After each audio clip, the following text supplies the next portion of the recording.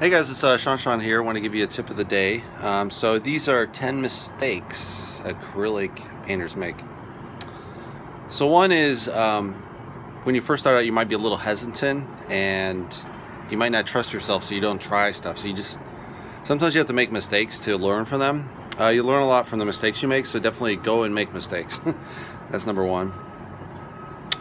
So on the canvas, you can actually choose kind of a rough tooth. Don't get the cheap canvases, they're really bad. But you can get kind of your basic canvas board. Now that's good for kind of a palette knife style painting, because it's kind of a rough tooth, but it's fine. But if you want kind of a really smooth, high detail, you probably want a really flat surface like clayboard or something like that. There's also linen you can get, which is really expensive, but I wouldn't do that until you're really good. There's also different styles of paint. Some paints are opaque and other paints are more translucent. Some people recommend using sometimes basics.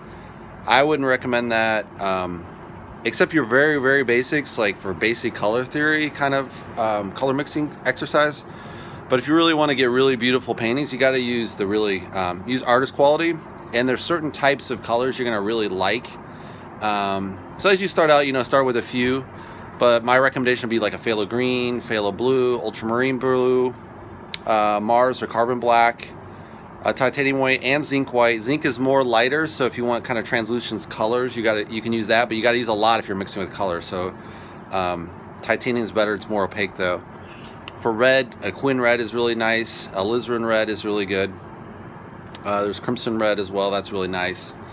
Pyrrole red is more of an opaque red versus the Quin red, so that's kind of the difference there. And for yellow, you can use like Hansa yellow is pretty good. You can use the lighter version of that. And then there's also Cad yellow, which is more opaque but gets more towards the oranges. So if you mix it with Cad red, you're gonna get a nice orange there. And some colors you can mix up. So a nice purple is Quin red, Aquatone Blue, or Aquatone red and Quin blue. That's going to be really awesome for purple. It's better than diocesan purple. So that's your tip on color. And also don't use a pure black and pure white in your painting, or very little. So always mix a black with a little bit of color. It's going to make it look a lot more vibrant. So when you're mixing colors, you usually want to start with a few colors, maybe 5 or 6, that's it. And then kind of learn your color mixing theory. You can buy a lot of paints later, but if you buy at the beginning and try to mix every color, you're just going to get mud. So be aware of that. If you're mixing complementary colors, you're going to get kind of a muddy color like purple yellow, orange purple, red green, etc. Another thing I've been guilty of is leaving your brushes in the water. This actually destroys the bristle, which I didn't know about until recently. I thought that was the only way to keep acrylic from hardening. So acrylic will harden your brush if you just leave it on there. So you really have to, every time you want to switch a brush, rinse it out really good and then leave it out on a paper towel. And then when you use it again, pick it up, use it again. And then of course at the end you're going to wash them thoroughly, but make sure you get almost all the color out and then put it aside. That'll save your brushes. And don't stand them upright.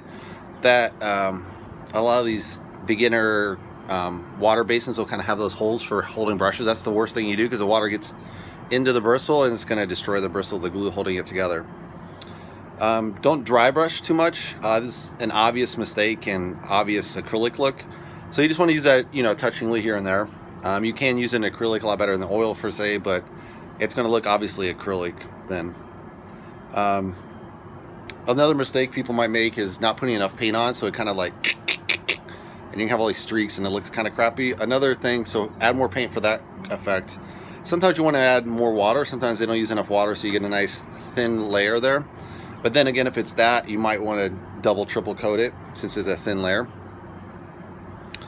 Another mistake you want to avoid is, don't make these large canvases. I made pretty large canvas when I'm there, which is my 303 signatures, but you probably want to avoid that until you got a good 100 paintings under your belt. The reason is they probably won't sell. They will probably be kind of amateur, and small painting amateur is easy to sell. A big amateur painting, good luck. You're probably going to end up keeping that puppy in storage. Another mistake is don't overblend. So when you're blending your colors, just do like 1, 2, 3 brush strokes. That's it. You don't need more. It'll look like really bad otherwise.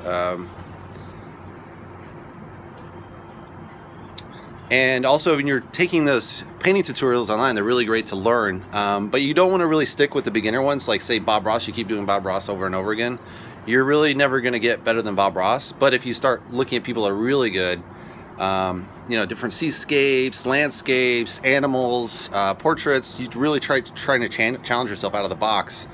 You know, take those beginning tutorials, but then really start trying to do those other ones. They're going to be way harder. You're not going to be as good as them, but you're going to rise above the Bob Ross level. So that's the point there we're trying to make. And obviously have fun, paint what you like, and good luck. That's my tip of the day. Thanks, guys.